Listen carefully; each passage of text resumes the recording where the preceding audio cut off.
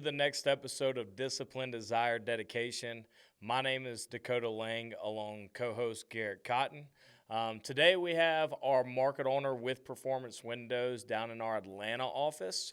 It's a pretty cool experience, right? We've kind of seen each other throughout, different chats and stuff like that, but haven't really had the opportunity to sit down and, really get to hear your story. This is Mark Dietze, so welcome, brother. Nice to meet you guys. Absolutely. Kind of like we were talking about just a second ago, let's just dive back in because me and Cotton, we see you through the company and everything like that, but really on a personal basis, like tell the listeners and other people throughout the company, like exactly who is Mark Dietze? Yeah. So I started with Performance in October of 2023. Before that, I did door-to-door for several different companies, actually. So I sold ADT Home Security door-to-door. I actually started a trash can cleaning business, which was pretty interesting. It was like a subscription-based trash can cleaning company. So I did that for a little bit, and I'll actually come back to that because that's part of my story. I sold solar for a little bit. I sold trash can cleaning, like I mentioned. I did internet. So I sold just about everything door-to-door before I came here. And how old are you now? I'm 25. And when you got in the door-to-door space, how old were you, say? So I had just gotten back from my church mission. At the time I started, I was probably 21. Okay. A good little time before. Yeah. So I served a church mission for 2 years. After I got back from my mission, I wanted to try door-to-door because somebody sold me the dream. They're like, come sell solar, make $100,000. So I worked for 2 months straight selling solar panels, made zero money. And then I quit. I became a pest control technician, actually. After doing that for a little bit in the Arizona sun, I was like, this sucks. I'm not getting paid enough. I don't enjoy this. So I quit. I made music for a little bit, which was pretty fun. And I thought that I was going to make it in music. Obviously, I didn't. So I sell Windows now. So after making music for a while, I went to go interview to become a security guard, or so I thought. It was actually just like a gimmick to get me into the door so they could recruit me to sell home security door-to-door. So that was it was an interesting Indeed ad. It said, security professional, left it super vague. So they could get a bunch of people in the door, and then they're like, hey, it's door-to-door. Yeah, right? while you're here. Yeah, while you're here. So they got me. They got me pretty good. I sold that for about a year, and then they did traveling, kind of got sick of the traveling, didn't like the group that I was with. The environment was bad, just people cheating on their wives. Bad Stuff culture. Bad culture, stuff I didn't really want to be around. And then Heidi and Dallin Haymore, actually. I saw them posting on social media, and they'd reached out a couple times to recruit me. You're from Phoenix? Yeah. Okay. Yeah. So that's where I'm from. And I went to Door-to-Door Con with the alarm company I was with.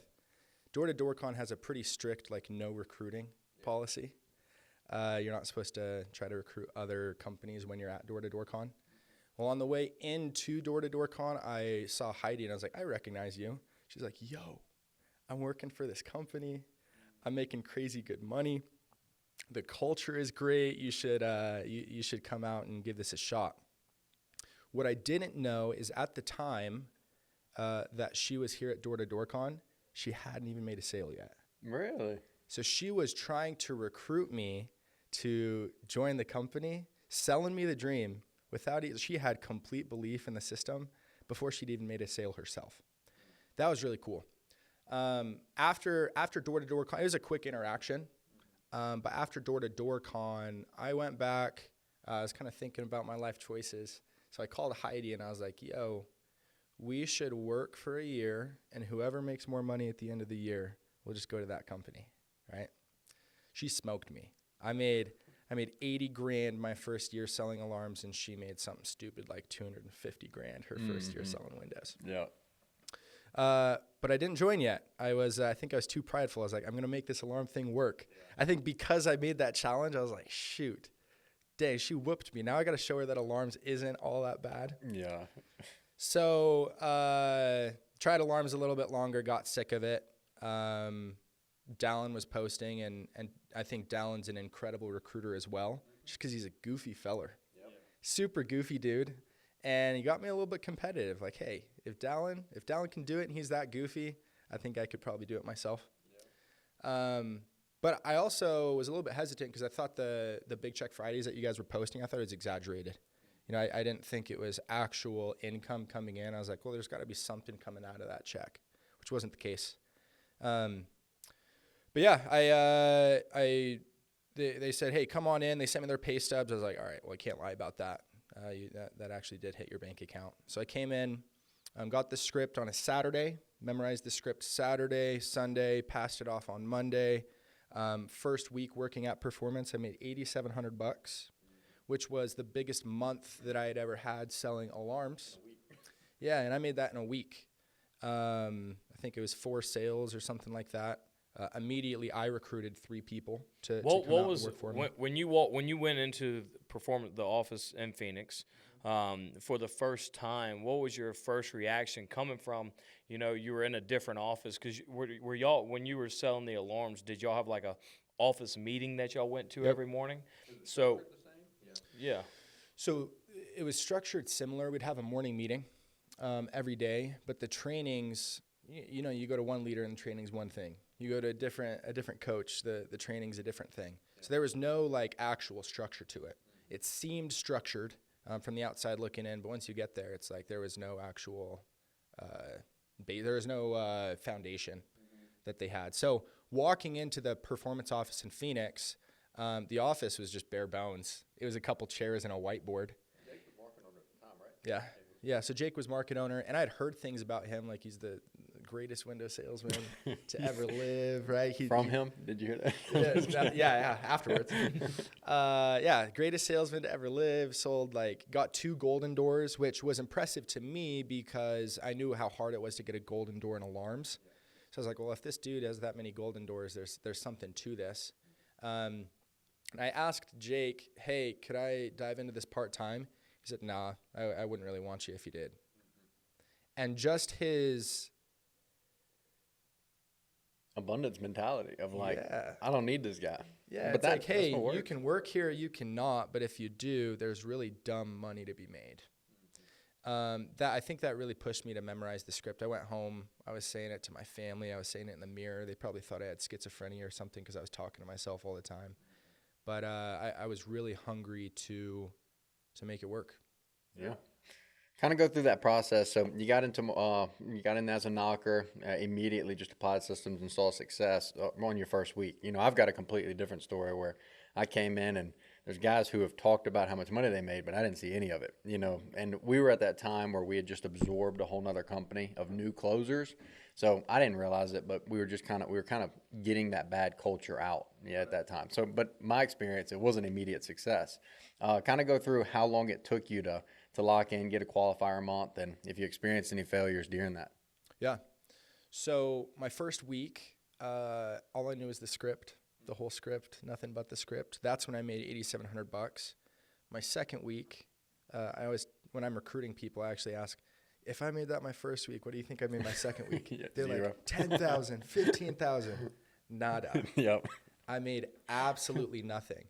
And it was because after getting an $8,700 paycheck for a week of work, you get a little bit hot-headed. You get a little ego boost. Yeah. I always say a fast success is going to build your ego, and slow success will build your character. Yeah. Yeah. Yeah. God humbled me immediately. He's like, all right, it wasn't you that did that. Give me the glory. But I realized I needed that second week where I made 0 because I made a promise to myself after that I was just going to stay on script and trust the process, right? In reality, the script is why I got paid. It wasn't because I was just God's blessing to Windows, which is something that Jake says all the time. And from that point to this point, I've never had a week where I haven't gotten a paycheck. So people coming into sales, I had a buddy recently that I recruited. He's like, dude, I've seen your story. I thought about reaching out to you about a year ago. And I said, why didn't you? He's like, my dad talked me out of it. My dad told me you can't do sales because sales is too inconsistent. He said, Mark, the only thing consistent about going to school and working the jobs I've been working is that it's consistently letting me down. I was like, dang, coming from somebody who isn't even in the door-to-door space, that's crazy. Yeah.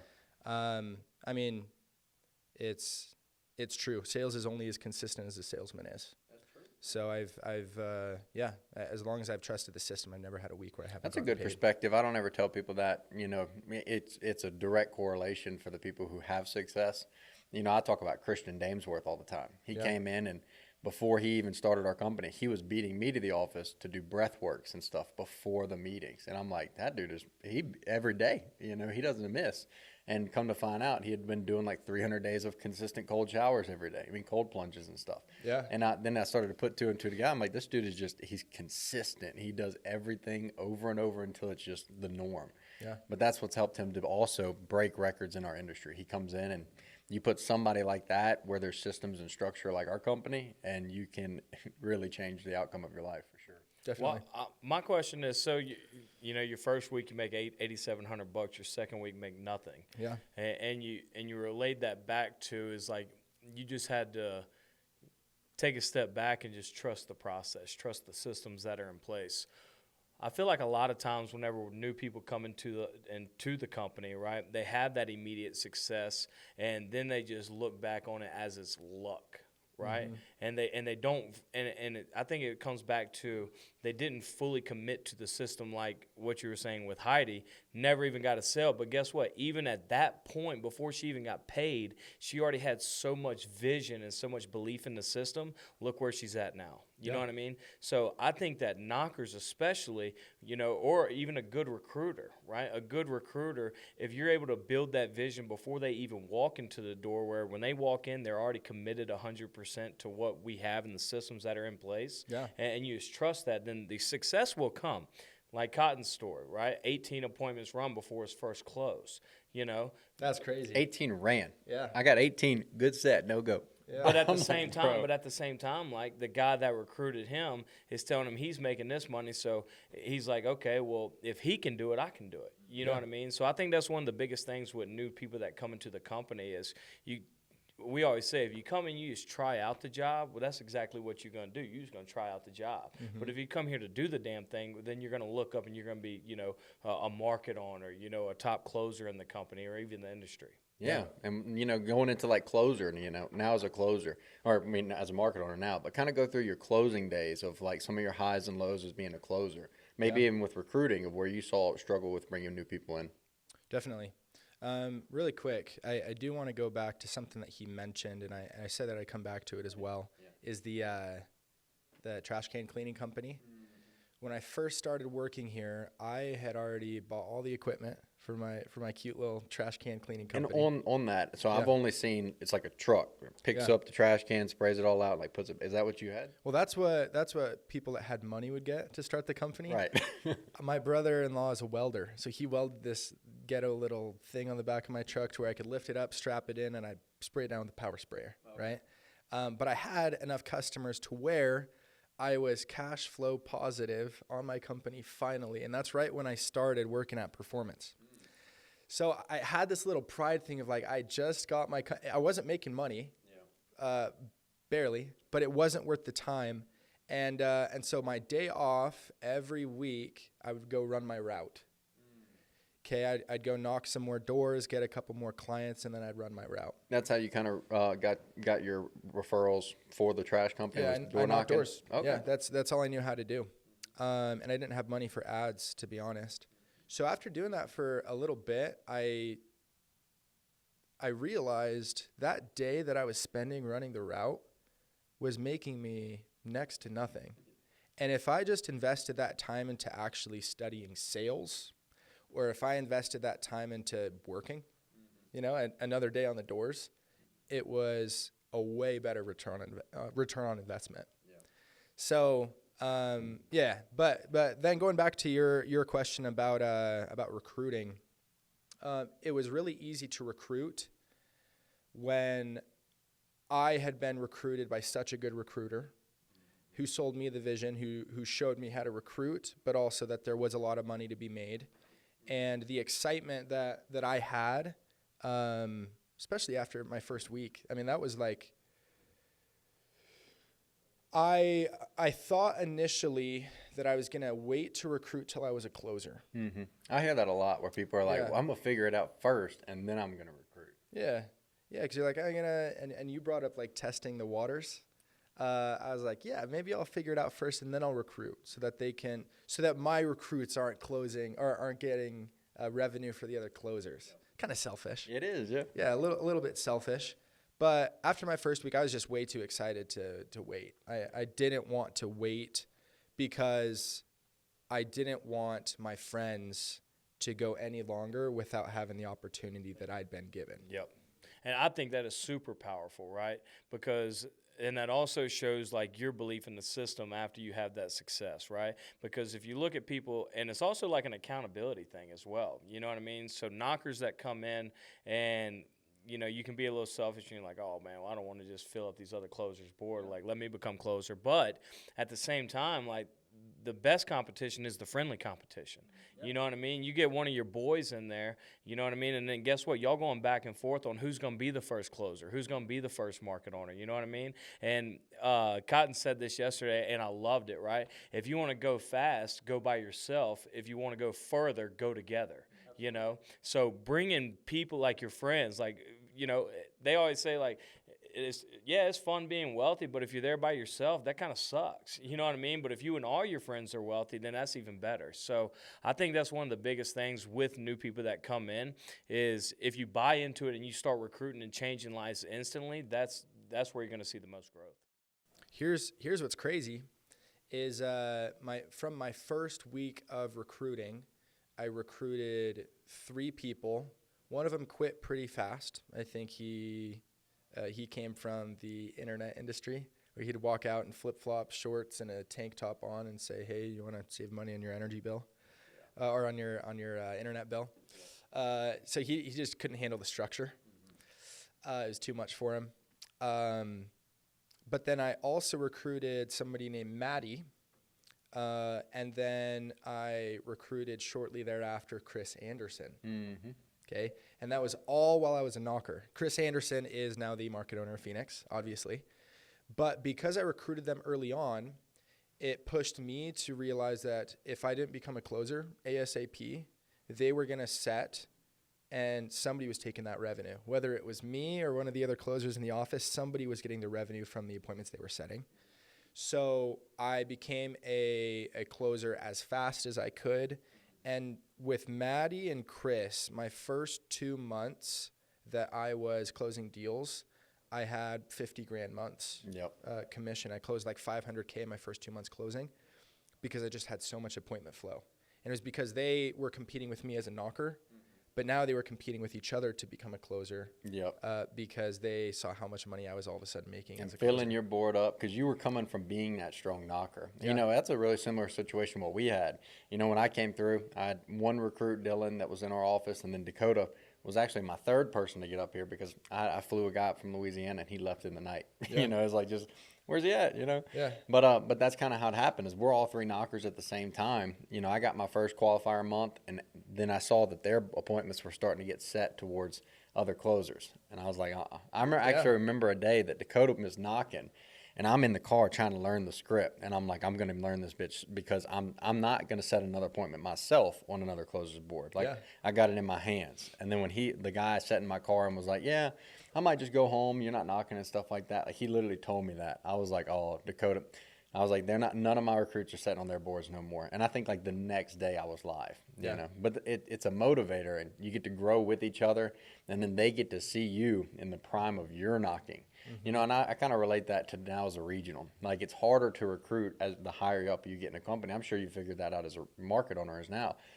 Because you're not in front of that person every single day and they don't get to see you on the front lines on that same schedule. Like your responsibilities have completely changed. So there's a slight disconnect. It's hard to recruit somebody as strong as when we were knockers brand new in the company, you know? So I'm sure. Have you ever had any experiences similar to that, like recruiting wise from a closer? Do you think it's pretty much the same as a market owner, or are you seeing struggles?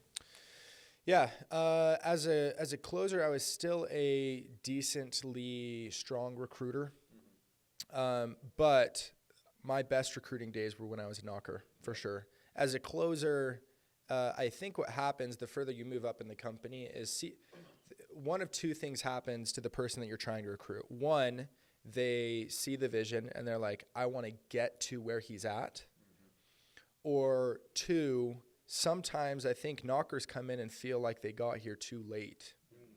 He got here soon enough to where it was easy for him to get into the position that he's in, and it would be way too hard for me to get in that position. A lot of people don't see it as like the timelines for promotions are shortening.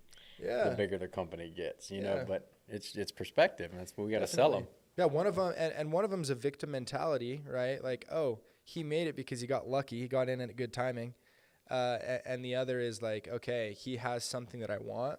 I'm going to chase that and make it happen, whatever it takes to get there. Yeah, I really like that. But, you know, when new people come in, they feel like they're too late, when in reality, Kyle said it a while back. It was like people think that we're in the ocean, but now we're just hitting the open seas or something like that. I don't remember the exact lingo that he used. But if you look at the growth that we're having now, it's more growth than we ever had. You know what I mean? And we say it all the time, like, we're just getting started. You know what I mean? Like, we're finally catching stride through that. But one thing I want to ask you about is whenever you got that second qualifying month compared to whenever you got the call to become a market owner. Mm-hmm. What was the call like whenever you got to become a market owner? It was really emotional. I was actually training a new knocker. So it was funny. I got married in January of last year. I actually met her. I met Taylor at Performance Windows. She walked into the room as a new sales rep, or she was getting recruited. So I got married in January, and a week after we got home from our honeymoon is when we got the call that we were gonna. A lot of emotions. Yeah, so I mean, a lot of things happened. I got married. We actually went to the company party together. I don't know if you remember last year. She came with me because we were on our honeymoon. Is part of our honeymoon was company. Yeah, tells you how invested she is in this as well. Which, if she wasn't as invested in this, I wouldn't be able to be where I'm at. Very important. So yeah, went to the company party. Went on our cruise for our honeymoon. Got back, I was just going to hit the ground running because something that they told me is like, we're just waiting for you to get married because you're distracted in the meantime.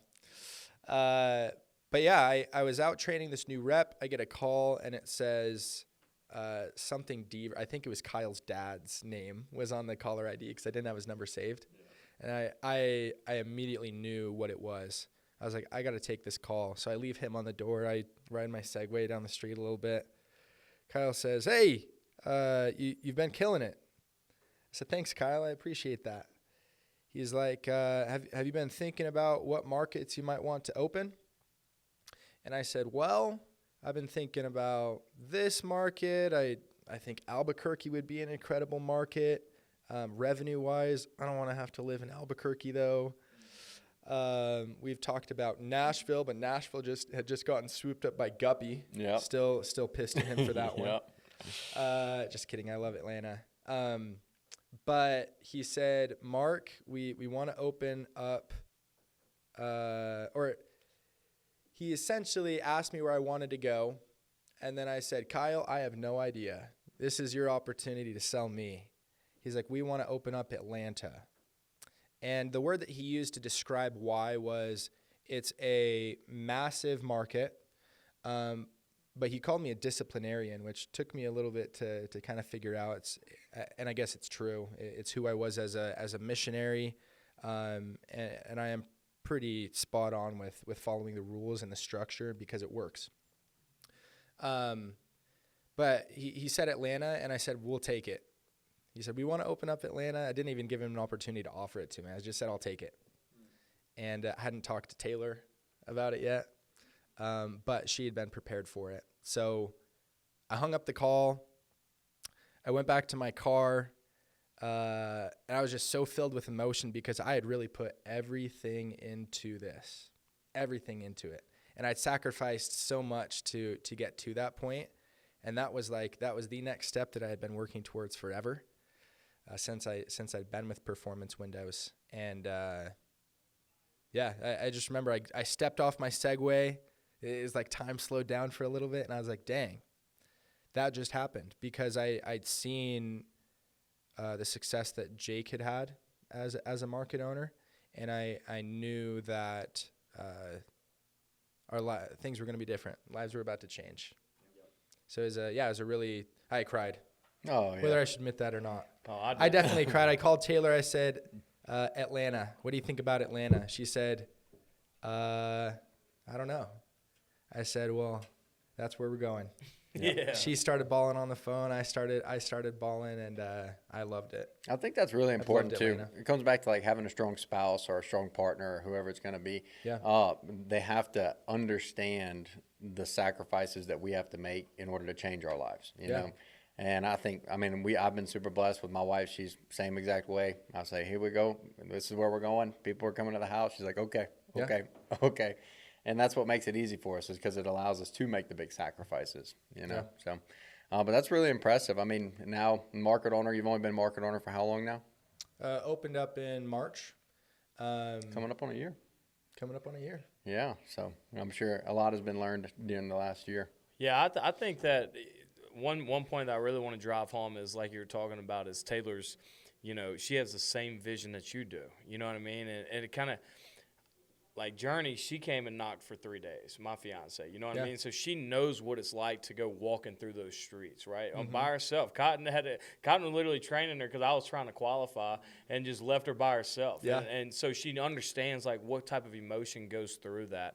And I feel like some people whenever their spouses don't really understand that they have that disconnect. And like you said, is that you wouldn't be in the position that you were if you didn't have the support from her. Which I 100% agree, because we see it time and time again that if somebody has a spouse or a significant other that is pushing against them to what they're trying to achieve, then all it's doing is just holding you back. You know what I mean? So Absolutely. Making sure that you and your teammate are on the same page and you are going together, you know what I mean? But there's sacrifices along the way that they're going to have to pay as well, you know? Yeah. So I think that's one of the big points that I really liked. So I actually just lost a closer because he wanted to spend so much time with his partner that he couldn't. There were no sacrifices made. You know, She sold him. And the thing was, he told me so many times, I mean, I'm finally like financially free. You know, I'm finally able to make some money.